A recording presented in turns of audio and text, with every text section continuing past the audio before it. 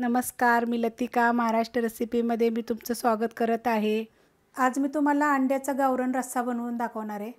पण त्याआधी चॅनलला सबस्क्राइब करा आणि बेल आयकॉनवर क्लिक करा। त्यासाठी बघा 6 अंडी उकडून घेतलेली आहेत।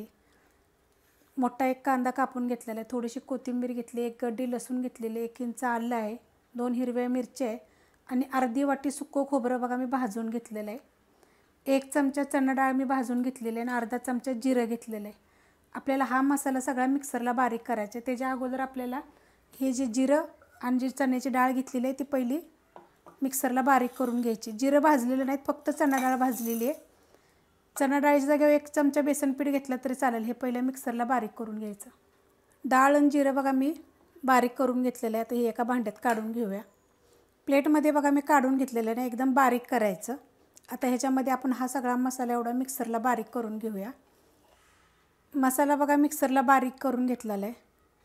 अंड्याला ना सुरीने असं टोचून घ्यायचं सगळीकडून, आतपर्यंत टोचलं जायला पाहिजे। सगळ्या अंड्याला बघा टोचून घेतलं नाही, सगळ्या साईडून घेतलेलं आहे। टोप गरम करत ठेवला आहे, त्यामध्ये आपण तेल टाकून घ्यायचं। 1 ते 1.5 चमचा तेल टाकायचं बघा आणि चांगलं गरम होऊन देऊया। तेल चांगलं गरम झालेलं आहे, गॅस बारीक करायचा आणि त्याच्यामध्ये जो आपण मिक्सरला मसाला बारीक केला होता तो टाकून घ्यायचा सगळा आणि हलकासा परतून घ्यायचा ह्याला। ह्या जे मसाला मी जे दाखवलेला आहे तुम्हाला आता बनवलेला, ह्यात तुम्ही 8-9 अंड्याचं पण कालवण बनवू शकता। त्याला थोडंसं आपण परतून घेऊया।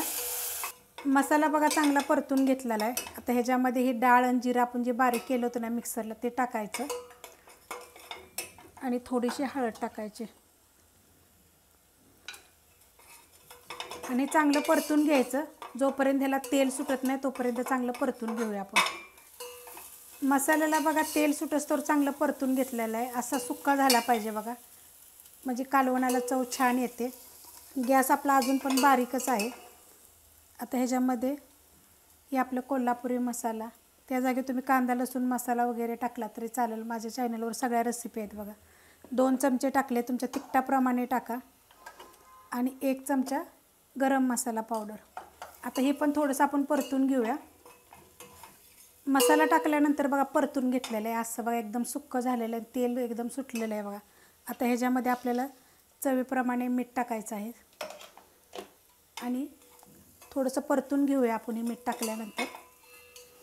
टाकल्यानंतर परतून घेतलेलं आहे। अजून पण आपला गॅस बारीकच आहे। तर ह्याच्यामध्ये ही जी आपण अंडी टोचून घेतली होती हे सगळे टाकून घेऊया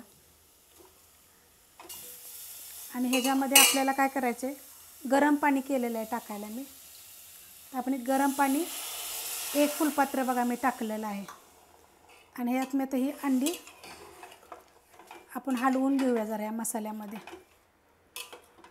मसाल्यामध्ये अंडी टाकल्यानंतर आपण पाणी टाकलं होतं आणि आता हे चांगलं मिक्स करून घेतलेलं आहे मी। आता एवढ्याशाच पाण्यात आपल्याला 1-2 मिनटं तरी आपण ही चांगलं वाफलून देऊया। 2 मिनटं झाले तर बघा झाकून ठेवलं होतं आपण। 1 फुलपात्र पाणी टाकून त्याच ह्याच्यामध्ये ठेवलं होतं। अशा पद्धतीनं केलं का नाही की छान लागतं। नाही तर काय करायचं, मसाला जेव्हा आपण टाकतो परततो ना त्याच्यानंतर जरी अंडी त्याच्यामध्ये जरी थोडीशी मिक्स करून जरा परतून घेतली ना तरी चालतील। अशा पद्धतीनं करून बघा, असं पण छान लागतं कालवण। थोडंसं वेगळं दाखवलेलं आहे आणि ह्याच्यामध्ये आपल्याला आता किती पाहिजे त्याप्रमाणे पाणी टाकायचं। जेवढं तुम्हाला पाहिजे त्याप्रमाणे तुम्ही पाणी टाका आणि आता हे आपण चांगलं उकळून देऊया। एवढं पातळ केलेलं आहे बघा कालवण। बघा चांगलं उकळलेलं आहे।